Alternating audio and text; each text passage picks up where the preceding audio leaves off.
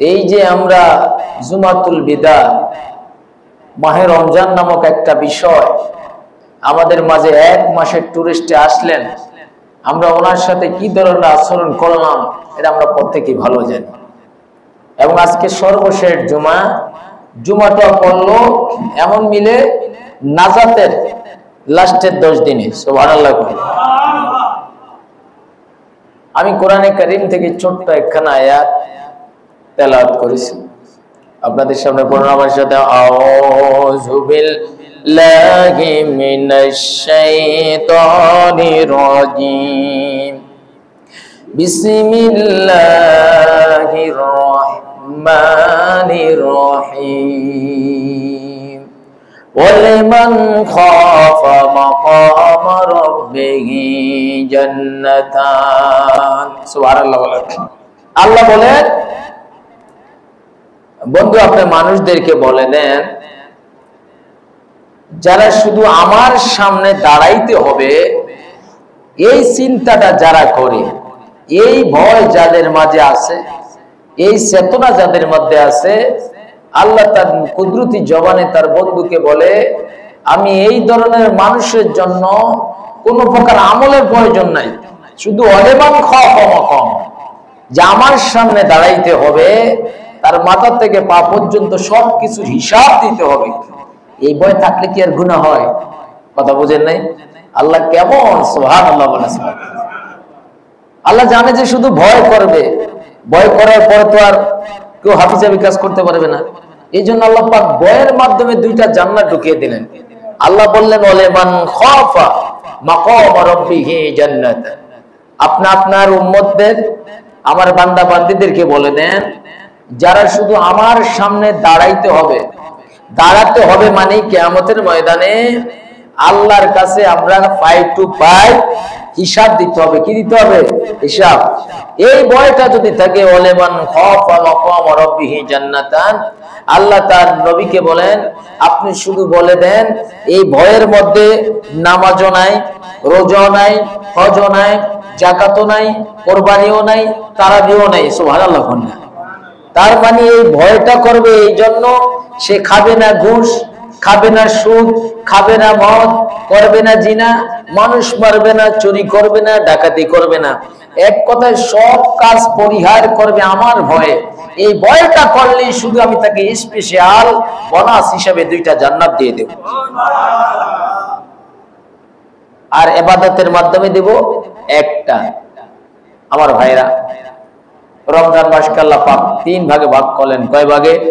আউয়ালুর রহমা, 1st semester আমাদের শেষ। আওসাতু মাগফিরা, 2nd সেমিস্টারও শেষ। ওয়া আখিরাতুম মিনান নার, লাস্ট এন্ড ফাইনাল সেমিস্টার হলো জাহান্নামের আগুন থেকে শুধু আল্লাহ বান্দা বান্দীকে maaf করে। সুবহানাল্লাহ। এই রাত্রের মধ্যে একটা রাত ছিল লাইলাতুল কদর, গতকাল রাত্রে গেছে। রাসূলুল্লাহ সাল্লাল্লাহু আলাইহি ওয়াসাল্লাম মসজিদে নববীর মধ্যে সামউনে সাফা, কি নাম? সামউনে সাফা, বনি ইসরাইলের একজন মানুষ ছিলেন। উনি 1000 বছর হায়াত পেয়েছে। কত বছর? 1000 বছর। সারা রাত্রে দাঁড়িয়ে তাহাজ্জুদ পড়তো, দিনে আল্লাহর দিনের কাজ করত, ইসলাম প্রচার করত, দিন প্রচার করত।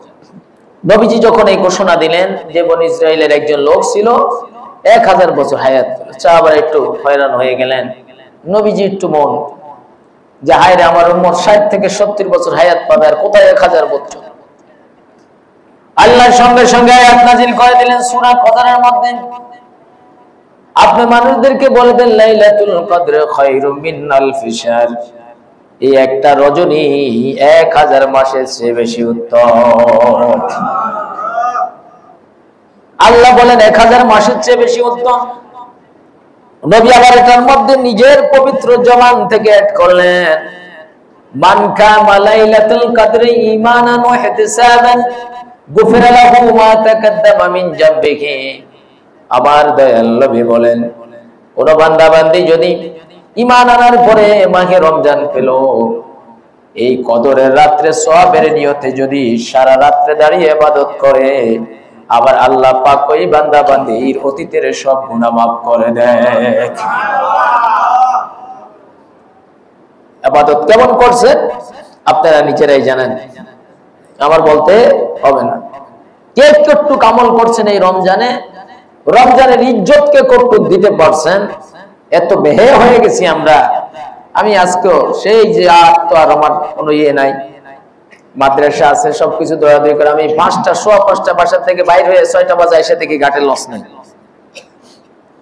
7:30টা লস ধরলাম, এখানে আসলাম। আমি একটু শুইছি কেবিন নিয়ে, আমি কি বিড়ির গন্ধ আসে কোথার থেকে দেখি আমার দরজার সামনে বসে বসে দুজন টানতে আছে, হাত মোজা পাও মোজা মহিলাদের পড়া, পাশে ক্যান্টিনে বসে খাইতেছে। আমি তো একটা অবজারভেশন করে দেখলাম বর্তমানে বাংলাদেশে মনে হয় এবার শতকরা 10% লোক রোজা আছে কিনা আল্লাহ ভালো জানে। এই যে মেহমানের কদর করতে পারি নাই, মেহমানের ইজ্জত করতে পারি নাই, রোজা আমাদের মেহমান না? কেমন মেহমান, কেমন তার শান। নবীজি মসজিদে নববীতে বসে খুতবা দিচ্ছেন, আলোচনা করবেন, সাহাবীদের সামনে করতেছেন। ফাজা জিবরাইল, নবীকে জিবরাইল বলে আমি দোয়া করি আপনি আমিন কোন, আপনি আমিন বলেন। নবীজি বললে বলো। নবীজি বলল যারা বাবা মা দুইজন বা দুইজনের একজন পায়া তাদেরকে হাসি খুশি করিয়া জান্নাত নিতে পারলো না, এরা ধ্বংস হয়ে যাবে। নবীজি বলেন আমিন। জিবরাইল আবার বললেন যাদের সামনে 1 মাস রমজান ছিল, মাহে রমজান, এরা রোজার ইজ্জত দিতে পারলো না, রোজাগুলা রেখে নিজের গুনাহ মাফ করতে পারলো না, এরা ধ্বংস হয়ে যাক। নবীজি বললেন আমিন। আপনারা বলেন যেই দোয়াতে নবী আমিন বলছে সেই দোয়া কি আল্লাহ ফেরত দেবে? আমার ভাইরা, মাহে রমজান আমাদের কাছে মেহমান। সাইয়েদিনা ইব্রাহিম আলাইহিস সালাম জীবনে মেহমান ছাড়া খানা খাইতেন না, জীবনও খাইতেন না। তো আল্লাহ একদিন ওনার মেহমানদারি পরীক্ষা করার জন্য 1 সপ্তাহ কোনো মেহমান ফাটায় না, ওনার বাড়ির ফাঁসিতে কোনো লোক হাঁটে না। উনিও কয়ে যা করে আল্লাহ খাইতাম না, যাও আর হইব। কারণ আমি খলিল তো আমার নিজের জন্য কিছু করি নাই, আমি খলিল তো আমার আল্লাহর ভালোবাসার জন্য করি। খায় না। আল্লাহ জিবরাইলে কই এটা তো মরে যাইব রে না কে। মাওলা কি করতাম, 10-12 জন ফেরেশতা পাঠিয়ে দেয়। সুবহানাল্লাহ। ফেরেশতারা আসলেন ওনার বাড়ির সামনে দিয়ে মানুষের গাড়ি। ইব্রাহিম আলাইহিস সালাম কো দূর তাড়ে আসেন, অনেক দেরি করে ফেলছেন আপনারা, এতদিন কোথায় ছিলেন? মেহমান আইতে কি 1 সপ্তাহ লাগে? টাইনা টুইনা নিয়ে বাসায় নিলেন, স্ত্রী সাইরারে কয় দাও খাওয়া দাও। তখন তো পর্দা ছিল না, খেললাই কেন? 1 সপ্তাহ না খাওয়া ইব্রাহিম, মেহমান এসে সবার সামনে খানা দিছি, ইব্রাহিম তো মাথার তোলে না, খালি খাইতে আছে, বাচ্চা ওনারাও খাচ্ছে। সাইরা বলে আপনি যে খাইতেছেন T20 মাইট দিয়া, এই মেহমান তো খায় নাই। হ্যাঁ কেউ আপনারা খান নাই কা? ফেরেশতারা কয় ইব্রাহিম আমাদেরকে চিনো? কয় আপনারা তো মেহমান আইছেন। কয় না, আমরা আল্লাহ পাকের প্রদত্ত ফেরেশতা, তোমার রাত ভাঙানোর জন্য এসেছি। তুমি যে মেহমান ছাড়া খাওয়া খায় না, এই জন্য আমরা আসছি তোমার রাত ভাঙানোর জন্য। আমরা তো খাই নাই, আমরা ফেরেশতা। তবে আল্লাহ তোমাকে একটা সংবাদ দিয়েছেন, এই মেহমানদারি পছন্দ করাতে আল্লাহ তোমাকে এই বৃদ্ধ বয়সে একটা সন্তান দেবেন। ঠিকই ছেলে হলো। সঙ্গে সঙ্গে খুশি হয়ে ইব্রাহিম আলাইহিস সালাম 6 রাকাত নফল নামাজ পড়লেন। সুবহানাল্লাহ বলেন না? আল্লাহ পাক এই 6 রাকাত নামাজকে আমাদের জন্য সালাতুল জোহরের ফরজ বানিয়ে দিয়েছে। এ হলো মেহমানদারি। এই যে মাহে রমজান আমাদের কাছে মেহমান না, কথা বলেন নাই কেন? এই মেহমানটা আপনার ব্যয় আসুক ব্যয় না আসুক, এদেরকে খাওয়াইলেন, বাসায় চলে গেল, সামথিং কিছু সওয়াব হবে, কিন্তু কিয়ামতের ময়দানে ব্যয় ব্যয় আপনার কোনো উপকারে আসবে না। কিন্তু মাহে রমজান আপনার জন্য আমার জন্য কিয়ামতের কঠিন ময়দানে ইয়াউমা ইয়াকুমুর রূহু ওয়াল মালায়েকাতু সাফফান, যখন কোন মানুষ সমস্ত ফেরেশতারা থরথর করে কাঁপবে, সারিবদ্ধভাবে দাঁড়িয়ে থাকবে, আল্লাহ আসবে, বিচার কার্যালয়ে বসবেন, সব কাঁপতে থাকবে। লা ইয়াতাকাল্লামুনা ইল্লা মান আযিনা লাহুর রহমান, কেউ কথা বলবে না সেদিন, আল্লাহ অনুমতি দিলে বলবেন। এর মধ্যে অনেক কিছু আছে, এর মধ্যে এই রমজান মোবারক আমাদের জন্য সুপারিশ করবে। আল্লাহ এটা সারাদিন না খেয়ে আমাকে লালন পালন করেছে, যথেষ্ট সম্মান করেছে। আমি তোমার কাছে আজকে ফরিয়াদ জানাই, তুমি তোমার এই বান্দাকে ক্ষমা করে দাও। আল্লাহ জান্নাত দিয়ে দিবেন। আমার ভাইরা, এই সে মাহে রমজানের আজকে জুমাতুল বিদা। কি জুমা? আমরা এখানে কত সুন্দরভাবে নামাজ পড়তেছি, কত সুন্দরভাবে ইফতার খাচ্ছি, কত সুন্দরভাবে রুকু সেজদা দিচ্ছি, এয়ার কন্ডিশনের মধ্যে বসে আছি। আমাদেরকে কেউ একটা ফুলের আসলও দেয় নাই। এটা আমাদের সৌভাগ্য নয়, দুর্ভাগ্য। কি ভাগ্য? দুর্ভাগ্য। ঈমান আনার পরে মানুষকে যত বেশি অত্যাচারিত হবে, তত বেশি তার ঈমানি ফাউন্ডেশন মজবুত হবে। খুব মন দিয়ে শুনবেন। একটা লোক ঈমান আনার পরে, আমি গত পরশুদিন ওই যে ক্রিস্টিয়ানো রোনাল্ডো আছে না, উনি তখন সৌদি আরব থাকে, দেখলাম সূরা নাস পড়তেছে, সূরা কাউসার পড়তেছে। কয়ে I am mister Ronaldo, I speak Quran, সূরাতুল কাউসার, ইন্না আতাইনাকাল কাউসার ফাশাল্লি লিরাব্বিকা ওয়ানহার, ইন্না শানিকা হুয়াল আবতার। আমি হাসা দিলাম। তো একটা ইহুদি, সে এই যে হাসির বিষয় না, কিন্তু সে এই যে ক্লান্ত পরিশ্রম করে এবং সালাম দেয়, দেখলাম আমি অনেকক্ষণ পরে সে সৌদি আরবে কি হালে আছে। এবং একটা ইহুদি হয়ে সে বলল আমি ফিলিস্তিনকে ভালোবাসি। সুবহানাল্লাহ বলে। একটা ইহুদি, একটা ফুটবলার, পর্তুগালের নাগরিক, একজন ইহুদি হয়ে বলল আমি ফিলিস্তিনকে ভালোবাসি। ঈমান আনার পরে মানুষ যত বেশি অত্যাচারিত হবে, নির্যাতন হবে, নিপীড়িত হবে, মনে রাখবেন মানুষের ঈমান তত বেশি মজবুত হবে। সুবহানাল্লাহ বলেন। নবীদের ঈমানের চেয়ে বেশি মজবুত কারো ঈমান আছে? জোরে বলেন। আইয়ুব নবীকে 18 বছর পোকায় খাইছে। কত বছর? জাকারিয়াকে করাত দিয়ে 2 টুকরা করেছে, ইউসুফকে পানিতে কূপে ফেলে দিয়েছে, দাউদকে আল্লাহ পাক অনেক কেজেছেন, দাউদ আলাইহিস সালাম। সুলাইমান আলাইহিস সালামকে দিয়ে মাছ পর্যন্ত ধরিয়েছেন। সুবহানাল্লাহ। ইউনূস নবীকে মাছে খেয়েছেন। আমার নবী মক্কা থেকে মদিনায় এই 350 কিলোমিটার রাত্রের অন্ধকারে হেঁটে গিয়েছেন।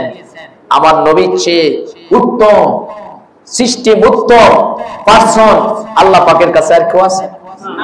জোরে বলেন আছে? এত কিছুর পরে নবীরা যদি অত্যাচারিত হতে পারে, আর আমরা মুসলমান মনে করি ঈমান আনার পরে শান্তিতে থাকার নাম মুসলমান না। ঈমান আনার পরে ইহুদি নাসারারা আপনাকে যত বেশি গুতাইবে, তত বেশি ঈমান মজবুত হবে। সুবহানাল্লাহ। বড়িগন্ড আছে না, মাছের রান্না করে ডাল দিয়া, বই যে এখন পয়লা বৈশাখ আসছে, নিরামিষ রান্না দেখবেন 19-20 পদ দিয়ে রান্না করে না? তো এটা আমার খুব ফেভারিট খাওয়া। তো এই যখন নিরামিষ রান্না করে, এটা তখন যখন সিদ্ধ হয়ে যায় তখন ঘরে কি করে, গোটলে, ডাইলে, পাতায়, কাঁঠালে, আমে, জামে সবকিছু একত্রিত হয়ে এটা ফ্লেভার বাইর হয়। মুসলমান ঈমান আনার ঘরে যখন তার উপর অত্যাচার হয়, তার ঈমানি ফ্লেভার বাইর হয়, তার ঈমান মজবুত হয়। সুবহানাল্লাহ। আমার ভাইরা, গোটা বিশ্ব আজ নীরব। এই মাহে রমজানও ইহুদিদের অত্যাচার ফিলিস্তিনের উপরে বন্ধ নেই। এই গোটা পৃথিবীতে সব মুসলমান দাবি করি আমরা, কই একটা দেশের মুসলমান ফিলিস্তিনের পক্ষে কথা বলে নাই ওখানে। অনলি ফর শুধু ইরান ছাড়া, ইরান, ইয়েমেন, লেবানন আর হুতিরা, এই 3-4 শ্রেণীর মানুষ ছাড়া বাংলাদেশেরও কোনো আওয়াজ নাই, পাকিস্তানের আওয়াজ নাই, মিশর তো ফেরাউনের দেশ, সবগুলাই ফেরাউন, মিশরের কোন আওয়াজ নাই, সৌদি আরব তো আবু জেহেলের দেশ, আমার নবী সেখানে শায়িত আছে, বর্তমান যেটা আছে এটা মনে ইবনুল আবুল হাব, এই বর্তমান সরকার, কোন আওয়াজ নাই, কুয়েতের নাই, কাতারের নাই, শামের নাই, ইরাক, চেচনিয়া আছে নাকি কারো? কোন মুসলমানের আওয়াজ নাই, শুধু একটা দেশ, যারা ইরান। আমি বারবার আপনাদেরকে বলি, মুসলমানের পক্ষে যদি কোনো কাফের কথা বলে, মনে করতে হবে সেই আসল মানুষ। মুসলমানের পক্ষে যদি কোনো মুসলমান চুপ থাকে, মনে করতে হবে তার ঈমানের মধ্যে গুণে ধরেছে। কি বলেন আপনারা? ছোট ছোট বাচ্চাগুলা না খেয়ে মরতেছে, মা বোনরা দূষিত হচ্ছে, আর এদের কি কি সুন্দর ইন্টারন্যাশনাল একটা তহমত দেওয়া হচ্ছে, এরা জঙ্গি। কি জঙ্গি? কিন্তু মুসলমান যখন কিছু বানাইতে চায় তখন মুসলমান নাকি ইহুদিদের অস্তিত্বের হুমকি হয়ে যায়। কিন্তু আজ দ্বিতীয় বিশ্বের যুদ্ধের পরে এই যে ইসরায়েল ইহুদিরা এসে এখানে 1947 সালের পরে এসে বসে, হিটলারকে আল্লাহ পাক যদি মুসলমান যদি হইতো সে, তাহলে হিটলারকে রাদিয়াল্লাহু তাআলা বলতাম আমি। হিটলার 90 লক্ষ কাফের ইহুদি মারেছে, মাইরা সে দেখাইছে যে দেখ এগুলা কত খারাপ। গোটা বিশ্বের সব মুসলমানের লেজে ইহুদিরা আগুন লাগিয়ে দিছে। আমেরিকার কাছে প্রায় 5,500 নিউক্লিয়ার আছে, রাশিয়ার কাছে 6,500 আছে, পাকিস্তানের কাছে আছে 175টা, ভারতের কাছে আছে 140, চীনের কাছে আছে 350, ফ্রান্সের কাছে আছে 250, ইসরায়েলের কাছে আছে 90 উপরে। এখন ইরান নিউক্লিয়ার বানাইলে নাকি মধ্যপ্রাচ্যের জন্য হুমকি হবে। আর এই হুমকির কথাটা ইহুদিদের কথাকে আমার দেশের কিছু সংখ্যক মুসলমান, আমাদের মিডল ইস্টের সৌদি সরকার, এই বামপন্থী, এই অপদার্থ, এই নাস্তিক মালাউল মুরতাদ এবং আরো কিছু শয়তান আছে, এরা ইহুদিদের কথাকে প্রাধান্য দিয়ে আজ এখন মুসলমানের অস্তিত্বের উপরে হুমকি হচ্ছে। ঠিক কিনা বলেন? আমার ভাইরা, আমরা রোজাদার। আমরা কি রোজাদার? একখান হাদিস শরীফ আজকে আস্তে আস্তে লঞ্চে পড়লাম, বুখারী শরীফের হযরত আবু আইয়ুব থেকে। আবু আইয়ুব রাদিয়াল্লাহু তাআলা আনহু قال يا رسول الله صلى الله عليه وسلم। হযরত আবু আইয়ুব আনসারী বলেন, নবীজিকে তার সাহাবারা জিজ্ঞাসা করলেন, আইউল ইসলামে আফদাল, ও নবী ইসলামের মধ্যে উত্তম কোন জিনিস? সুবহানাল্লাহ। নবীজি বললেন, মান সালামাল মুসলিমুনা মিন লিসানিহি ওয়া ইয়াদিহি।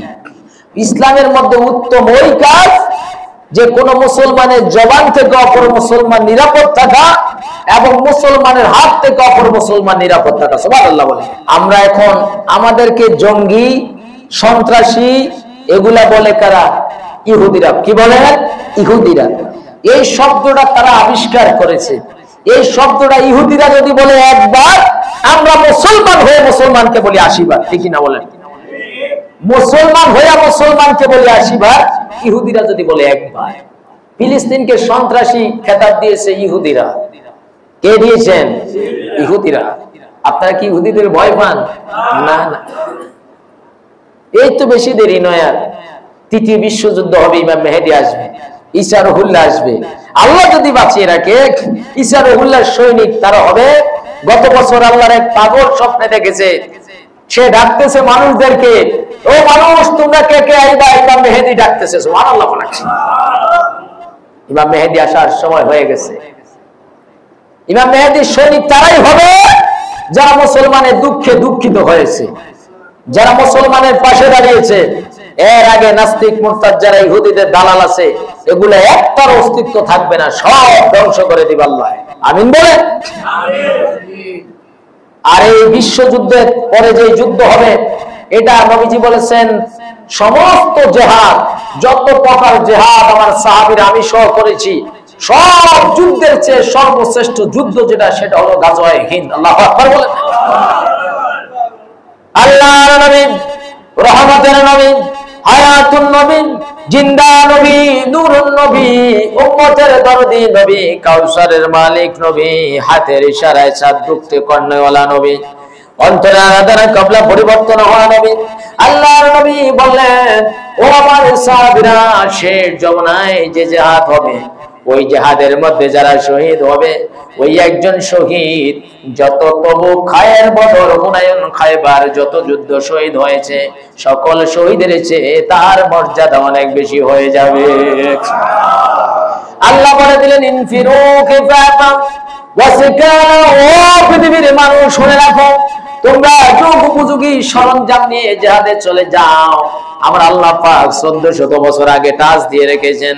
ঢাল তরবারির দিন থাকবে না, ঘোড়ার দিন থাকবে না, মিসাইল আসবে, রাডার আসবে, আর্টিলারি সিস্টেম হবে, তারপরে ট্যাঙ্ক, কামান, নিউক্লিয়ার আবিষ্কার হবে। আল্লাহ বলে দিলেন, ইনফিরু কিফাফা ওয়া সিকালা। ও ও আমার পৃথিবীর বান্দা বান্দিরা, তোমরা যুগ উপযোগী সরঞ্জাম নিয়ে তোমরা জমিনের মধ্যে ছড়িয়ে পড়ো আর জিহাদ করো। শুনো, জিহাদ করতে গিয়ে ইহুদি নাসারাদের অস্ত্র দেখে ভয় পাওয়া যাবে না। ইন্না কাইদাশ শাইতান কানা দাইফা, আমি আল্লাহ বলে দিচ্ছি, ইহুদিদের কাপা অস্ত্র এতেম বোম তোমাদের আল্লাহু আকবার ধ্বনির কাছে কিছু না। সুবহানাল্লাহ। আমেরিকা আব্রাহাম এই যে উপসাগরে যেই বিমান ক্যারিয়ার, যেটা আমার মনে হয় আপনার তেজগাঁও কলেজের চেয়ে বেশি বড় হবে এই এরিয়ার চেয়ে, এই বিশাল জায়গা, হুতিদের কি আছে, সামান্য রকেট মারে, এই রকেটের ভয়ে লোহিতের সাগর ছেড়ে এখন আমেরিকার লেসকাতা ইহুদিরা সেই আফ্রিকার আটলান্টিক মহাসাগর হইয়া মিডল ইস্টে এখন ব্যবসা বাণিজ্য করে, এক এক জায়গায় দ্বিগুণ খরচ হচ্ছে। এই ধনিকার কোন অস্ত্র না, মুসলমানের ইমানের পাওয়ারকে ইহুদিরা এত বেশি ভয় পায়, মুসলমানের আল্লাহু আকবার ধ্বনি ইহুদিদের কাছে এটম বোমের চেয়ে বেশি শক্তিশালী। আল্লাহু আকবার বলে। আমার ভাইরা, জুমাতুল বিদা খুব শীঘ্রই ডাক আসতে পারে আপনাদের গাজওয়ায়ে হিন্দের। আপনারা কি বসে থাকবেন? জোরে বলেন। এখন আপনি কইবেন এই ডক্টর ইউনূসকে দেখতে পারি না, হেতের ডাকে যাইতাম কিতাম না। ডক্টর ইউনূসের কি জিহাদ কথা বল নাই কা? আপনি বলতে পারেন আমি বিএনপি করে আওয়ামী লীগের ডাকে কেন যাবো? আপনি বলতে পারেন আমি আওয়ামী লীগ করে বিএনপির ডাকে কেন যাবো? ইসলামে আল্লাহর দ্বীনের পক্ষে যখন ডাক আসবে তখন কি কোনো বাছাবাছির সুযোগ আছে? নবী বলে দিলেন বিদায় হজ্জের সময়। কোন হজ্জের সময়? বিদায়। আল্লাহ নবী বলেন, ও আমার সাহাবীরা, আজকের পরে তোমাদের আর কোন হিজরত করতে হবে না। আল্লাহু আকবার। কারণ আমার আল্লাহ বলে দিয়েছেন, আল-ইয়াওমা আকমালতু লাকুম দীনাকুম ওয়া আতমামতু আলাইকুম নি'মাতি ওয়া রাদিতু লাকুম ইসলাম দীনা। আল্লাহ ইসলামকে কমপ্লিট করে দিয়েছেন, কোন মুসলমান হিজরত করতে হবে না। মুসলমান তার ভূখণ্ডের মধ্যে দাঁড়িয়ে সর্বশক্তি দিয়ে বাতিলের বিরুদ্ধে জিহাদ করবে, আর আমি আল্লাহ তাকে সাহায্য করার দায়িত্ব নিয়ে গেলাম। লা হিজরাত, ও আমার সাহাবীরা, আজকের পরে আর কোনো হিজরত হবে না, ওয়ালাকিন জিহাদান নিয়াত। তবে শুনে রাখো, জিহাদের নিয়ত তোমরা কিয়ামত পর্যন্ত অন্তরে লালন পালন করে রাখবা। যখন জিহাদের জন্য ডাক দেওয়া হবে তখন তোমাদের হাতে কি আছে না আছে সেই দিকে তাকাবা না, তোমার কাছে যা আছে তা নিয়ে ঝাঁপিয়ে পড়বা। তোমার সাধারণ লাঠিকে তরবারি বানিয়ে দেওয়ার দায়িত্ব আমার। উহুদের যুদ্ধের সময় আল্লাহর নবীর এক সাহাবী নবীর কাছে এসে বলে, ইয়া রাসূলুল্লাহ, ও নবী, আমি জিহাদ করব, ঢাল নাই, তরবারি নাই, আমাকে কিছু একটা দেন, আমি জিহাদ করব। আল্লাহর নবী একটা শুকনা খেজুরের ঢাল ভেঙে দিয়ে দিলেন সাহাবীর হাতে। আল্লাহর নবীর সাহাবী বলেন, আমি ওই শুকনা খেজুরের ঢাল নিয়ে দুনিয়ার মানুষ শুনুক, বিল্লাহ, আল্লাহর কসম করে বলে, আমি যখন উহুদের যুদ্ধের মধ্যে ওই শুকনা খেজুরের ডাল দিয়ে কাফেরকে যখন বাড়ি দিতাম, আমি দেখতে পেতাম তরবারির মতো কাফেরের হাত কাটা যাইতো, পাও কাটা যাইতো। বলেন আল্লাহু আকবার। সে আল্লাহ আছে কিনা বলে? আল্লাহ সবার জন্য, আমার আল্লাহ রাব্বুল আলামিন আমাদেরকে খলিফা বানাইলেন। এই প্রতিনিধি হিসাবে আজ পৃথিবীর মধ্যে ফিলিস্তিন নির্যাতিত, নিপীড়িত ইয়ামেনের জন্য আল্লাহ নবী বলেছেন, দোয়া করেছেন, আল্লাহুম্মা বারাক লানা ফি শামিনা ওয়া ইয়ামেনা, ও আল্লাহ আপনি শাম এবং ইয়ামেনের মধ্যে বরকত দান করেন। এই জন্য গোটা পৃথিবীর সব মুসলমান ঘুমিয়ে গেছে, ইয়ামেনের মুসলমান এখনো ঘুমায় নাই। সুবহানাল্লাহ। ঘুমাইছে? ঘুমায় নাই। আমেরিকার মতো চপ্পিন পাওয়ার, এদের বিরুদ্ধে কেউ চোখ খুলে কথা বলতে পারে নাই। একজন বলেছেন, যিনি হযরতে আলী রাদিয়াল্লাহু তাআলা বংশধর ছিলেন, ইরাকের প্রেসিডেন্ট হযরতে সাদ্দাম হোসেন। সুবহানাল্লাহ বলেন। আর এখন হুতিরা বলেন হযরত সাদ্দাম হোসেন হযরত আলী রাদিয়াল্লাহু তাআলা বংশধর। আমি আমার মুর্শিদ কাবলার কাছে শুনেছি, হযরত আলীর বংশধর। সাদ্দাম হোসেন যতদিন জীবিত ছিল ততদিন ফিলিস্তিনের দিকে সব তাকায়া এমনি তাকানোর সুযোগ পায় নাই। আপনি ইতিহাস করে দেখেন, দেখেন একটু বেগে দিয়ে দেখেন। সাদ্দাম হোসেন যখন শেষ হলো, ইহুদিদের কাজ হলো মিথ্যা তহমত দেওয়া। কি দেওয়া? জঙ্গি। কি জঙ্গি? আচ্ছা আপনি বলেন, ভারত যে আমার দেশের বর্ডারে মানুষ মারে, এখন আমরা কি ভারতকে নমস্কার দেব? কথা বলেন নাই? আমার দেশের মানুষগুলা কি ভারতের জন্য নেকড়া, যে ভারত যখন ইচ্ছা তার ময়লা পরিষ্কার করবে আর আমরা ভারতকে দাদা দাদা বলবো? এটা হবে? তুমি আমাকে সম্মান করলে আমি তোমাকে করব, কারণ তোমার তো আমি খাই নাই। এখন আপনি যদি বলেন না হেরা মুরব্বী মেরে যাও, আমরা চুপ করে থাকি, না, এই সুযোগ দেওয়া যাবে না। আমেরিকার মতো সুপ্রিম পাওয়ার শক্তিকে হুতিরা, দেখেন নাই, হুতিরা ক্ষেপণাস্ত্র মারিয়া এখন লোহিত সাগর দিয়ে আসতে পারে নাই। ইরান আল্লাহ পাক এমন শক্তিশালী তাদেরকে করেছেন। ইরান তো পারস্য আগের ইতিহাস জানেনি, তাদের পার্সি ভাষা পারস্যের শেখ, এত টেকনিক সরাসরি নিজেরা করে নাই। 4টা ইউনিট বানিয়েছে, ইয়েমেন, শাম, হেজবুল্লাহ, আপনার হেজবুল্লাহ, এই 4 গ্রুপ বানায়া ওদেরকে দিয়ে গুতায়, আর মাঝে মধ্যে বড় অপারেশন গুলা, মেজর অপারেশন ইরান নিজেই করে। সুবহানাল্লাহ। আল্লাহ নবী বললেন আজকের পরে আর জিহাদ হিজরত করতে হবে না, তবে জিহাদের নিয়ত কিয়ামত পর্যন্ত থাকবে। জিহাদ মানে হলো এই আমার ভাইরা, অন্যায় ভাবে কারো উপরে হামলা করার নাম জিহাদ নয়। আজ ফিলিস্তিনে হামলা হয়, ভারতে মুসলমানের মসজিদ ভেঙে ফেলা হচ্ছে, হচ্ছে কিনা বলেন? সম্রাট আওরঙ্গজেবের মাজার পর্যন্ত ভেঙে ফেলা হচ্ছে, যিনি প্রায় 1700 মসজিদ গোটা ভারতবর্ষের মধ্যে করেছেন। সুবহানাল্লাহ বলেন। যাকে আলমগীর বলা হয়, সম্রাট আলমগীর, যিনি ফতুয়া আলমগীর লিখেছেন, ফতুয়া স্বামী। এত কঠিন এবারত আমার কাছে আছে, এত মোটা বলিও হরকত তো নাই মিয়া, যে জগৎ তো দূরের কথা, অনেক জায়গা নক্ত মনে নাই, এত মোটা বলিও এত। আর এবারত এত বড় যুগ শ্রেষ্ঠ অলির মাজারে গিয়ে হামলা করতেছে, তার মানে কি? এরা বুঝাচ্ছে আমাদেরকে যে আমরা এখানে হামলা করব, বাংলাদেশে যদি কোনো হিন্দুর মন্দিরে হামলা করা হয় তখন আমরা একটা প্রহমত দিয়ে দিব যে বাংলাদেশে জঙ্গিবাদ আবির্ভূত হয়েছে। ঠিক কিনা বলেন? এই সুযোগ দেওয়া হবে না। খুব সুন্দর একটা সুযোগের ব্যবস্থা করছিল যে এই দেশের সেনাবাহিনীদেরকে সাধারণ মানুষের সামনে সম্মুখীন করাইয়া একটা গোলযোগ লাগাইয়া গোলাফারির মধ্যে মাছ শিকার করার একটা ব্যবস্থা করছে। ঠিক কিনা বলেন? কিন্তু আমার দেশের সেনাবাহিনীরা গাঞ্জা খাইয়া সেনা প্রধান হয় না, এটা ক্যাডেট কলেজে পড়িয়া পরিপূর্ণ বিবেক নিয়ে সেনা প্রধান হওয়ার কারণেই এই কঠিন মুহূর্তকে এরা হজম করে জাতিকে একটা সুন্দর পরিবেশ উপহার দিয়েছে। সুবহানাল্লাহ বলেন। আজ ফিলিস্তিনে মাইর খায় কারা? জোরে বলেন না। মুসলমান। ফিলিস্তিনে অহরহ হামলা করা হচ্ছে, কেউ বলে না, এমনকি সৌদি সরকার। আমি তো আল্লাহর কাছে সব সময় বলি, আল্লাহ আমার নিজে হাতে যেন আমি তার জুতা দিয়ে একটা বাড়ি হলো দিতে পারি, আর যদি না পারি কিয়ামতের ময়দানে একটু সুযোগ করে দিবি, আমি যেন তারে সারা পরে মসজিদে একটা জুতা দিয়ে হলো বাড়ি দিতে পারি। কারণ এই হারামির বাচ্চা ইবনুল কাইম, সে যদি সত্যিকারে এখনো ডাক দেয় যে গোটা বিশ্বের মুসলমান যারা হজ করতে আসো, 30-60 লক্ষ মুসলমান হজ আসার জন্য এই বছর যে যে দেশে আছে প্রত্যেকে জিহাদের জন্য প্রস্তুতি নাও। ঠিক কিনা বলেন? এই ঘোষণা যদি দেওয়া হয়, আল্লাহর কসম করে বলি, গোটা বিশ্বের ইহুদিরা 1 ঘন্টার মধ্যে সাইলেন্ট হয়ে যাবে। ঠিক কিনা বলেন? আমার ভাইরা, আমার আল্লাহ 2টা ছেলে দিয়েছে কবুতরের বাচ্চার মতো।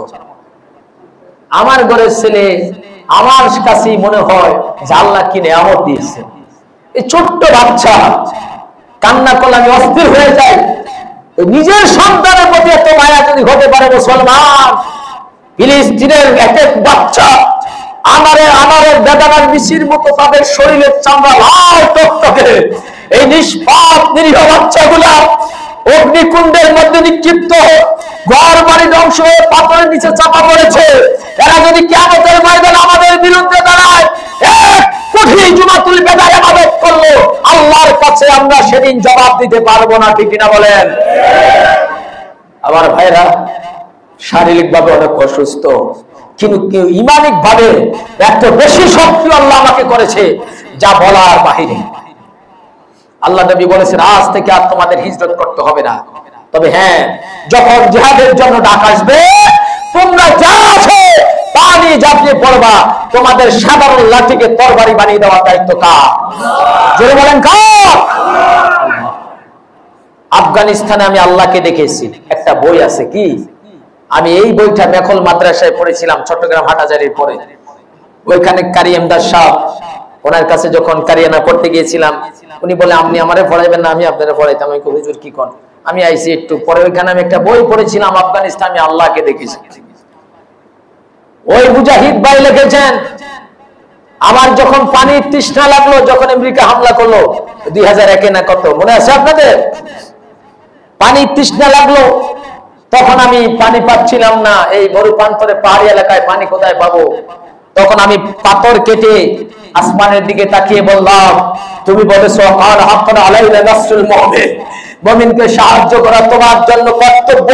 আমি যদি সত্যিকারের মুমিন হই, আজকে আমার পানির ব্যবস্থা তুমি করে দিবা। সুবহানাল্লাহ বলে। ওই ব্যক্তি মুজাহিদ ভাই মুনাজাত শেষ করে তাকাইতে দেরি আছে, দেখেন পোড়া পোড়া পাহাড়ের এই বিশাল উঁচুর মধ্যে পানি এইভাবে ঢেউ খেলতেছে। সুবহানাল্লাহ।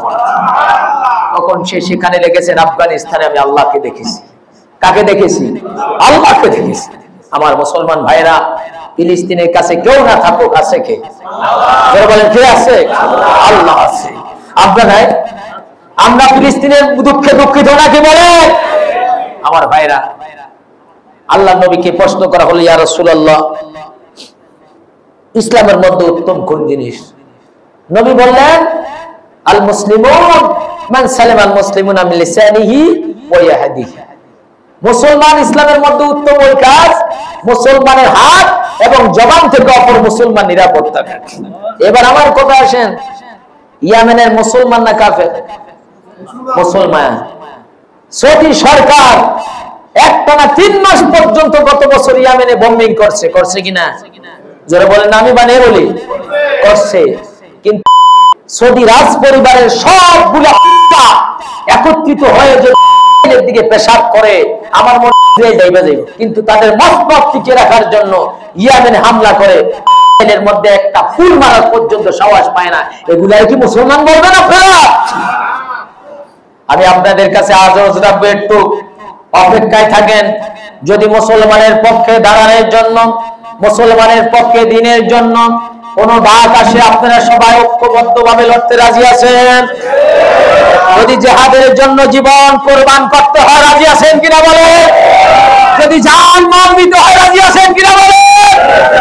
একটা শর্ত থাকবে, সেটা হলো আল্লাহর দ্বীনের জন্য। কার দ্বীনের জন্য? কোন রাজনীতি ব্যক্তিকে ক্ষমতায় বসানোর জন্য নয়, আল্লাহর দ্বীনের জন্য। জুমাতুল বিদা 1 মাস নামাজ পড়লাম, কয় মাস? 1 মাস। আবার বেঁচে থাকলে আগামী বছর রোজা। ঈদের দিন সান রাত্র বলা হয়। কি রাত্র? আমাদের ছেলেফেলেরা একটু ব্যাকসেট ম্যাকসেট বাজায়, বাজায় না? গান বাদ্য করে না।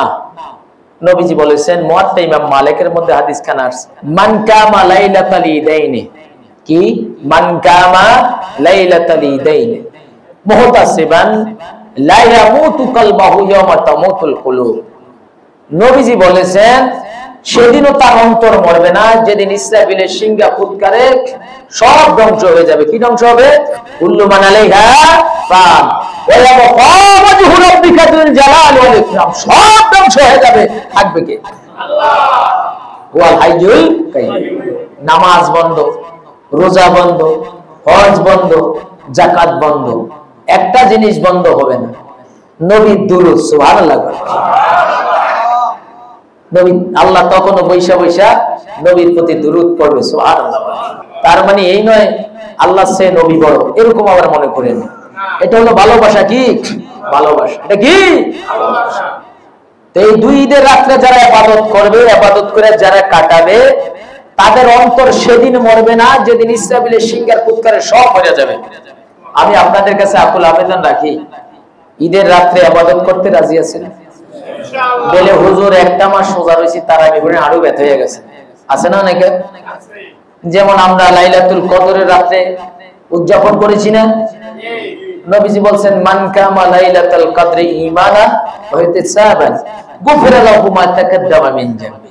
তো নবীজি বলছেন, যে ব্যক্তি যারা কদরের রাতে ঈমান মহব্বতে ভালোবাসা কদরের রাতে ইবাদত করে দাঁড়াইয়া, আল্লাহ পাক ওই বান্দা বান্দির আগের যত গুনাহ আছে সব মাফ করে দেন।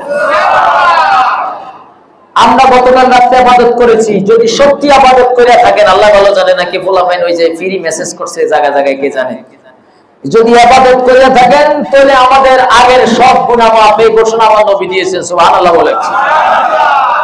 এক আর নবী বলেছেন যারা ঈদের রাতে ইবাদত করবে তাদের অন্তর পড়বে না। আমার ভাইরা, রমজান মাস আসলে নবীজি বলছেন ইজা দাখালা রমাদান সুফিদাতিশ শায়াতিন ওয়া মারাদাতুজ জিন ওয়া গুল্লাকাত আবওয়াবুন নার ফালাম ইফতা মিনহা বাবু ওয়া ফুতিহাত আবওয়াবুল জান্নাহ ফালাম ইগলাক মিনহা বাবু। নবীজি বলছেন রমজান মাস যখন আসে শয়তানকে বন্দী করে রাখা হয়, জাহান্নামের মধ্যে তালা দেওয়া হয়, জান্নাতের সব দরজা খুলে দেওয়া হয়, ফালাম ইগলাক মিনহা বাবু, একটা বন্ধ করা হয় না, সুবহানাল্লাহ। সব কবর আযাব বন্ধ থাকে। ঈদের পরে বাবা মা কষ্টে থাকুক, এটা কি আমরা চাই? জোরে বলেন। আমাদের অনেকের বাবা নাই, অনেকের মা নাই, আমাদেরকে এই আল্লাহর দুনিয়া দেখাইলো কে? বাবা মা। উসিলাকে বাবা মা। মা যদি সেদিন এখন যে উন্নত চিকিৎসা আছে, 6 মাসের 7 মাসের বাচ্চা ফানি হয়ে বাইর হয়ে যায় ওষুধ খাইলে, ওই যে অনেকে যদি দেখা গেছে বাচ্চা নিতে চায় না, কনসেপ্ট হয়ে গেলে ডাক্তার এই সমস্ত মেডিসিন দেয় যে একটা বাচ্চা ছোট আর একটা বাচ্চা হয়ে গেছে, এখন কি করবেন? খান, 6-7 বাচ্চা নষ্ট হয়ে যায়। নবী বলেছেন আবদায়ু সুলাইয়া দখলুল জান্নাহ, দুই জান্নাতে প্রবেশ করবেন। আমার ভাইরা, আমাদের মা নাই বাবা নাই, আমরা কি এইখান থেকে ঈদের নামাজ পড়িয়া ফায়েজ খামু আর খালি কুদাকুদি করবো এরকম? বাবা মায়ের কবরে যাবেন, কিছু আমল বাতিয়ে দেয়। নাম্বার 1, সালাতুল ঈদের নামাজ পড়িয়া নামাজ শেষ করে দোয়া দুরুদ হওয়ার পরে আগে বাবা মার কবরের কাছে যাবেন গিয়া। এখন বলতে পারেন হুজুর আমার বাড়ি ময়মনসিংহ, প্যাডের দাঁড়ায় পড়িয়ে রয়েছি আমি তেজগাঁও, আমি কেমনে বাড়িতে যাবো? এখান থেকে দোয়া পাঠাইলে দোয়া পার্সেল করার দায়িত্ব কার? আল্লাহ বলেছেন রব্বির হামহুমা কামা রাব্বায়ানি সগীরা। বান্দা বান্দি যখন দোয়া করে বাবা মায়ের জন্য, এই দোয়াটা আল্লাহ পাক পার্সেল হিসাবে বাবা মায়ের কবরে পৌঁছিয়ে দেয়। এক কবর জিয়ারত করবেন, যেই রাস্তা দিয়া যাইবেন ঈদগাহ, ওই রাস্তা দিয়ে আইবেন না অন্য রাস্তা দিয়ে আইবেন। আইতের সময় তাকবীর লা ইলাহা ইল্লাল্লাহ আল্লাহু আকবার আল্লাহু আকবার লা ইলাহা ইল্লাল্লাহ আল্লাহু আকবার আল্লাহু আকবার লিল্লাহিল। নবীজি দুনো ঈদে তাকবীর পড়তেন, আসতে এক কান দিয়া যাইতে আর এক কান দিয়া। রোজার ঈদের নিয়ম হইলো রোজা ভাঙ্গে ঈদগাতে আসা, কোরবানি ঈদের নিয়ম হইলো ঈদগাতে গিয়া খাওয়া।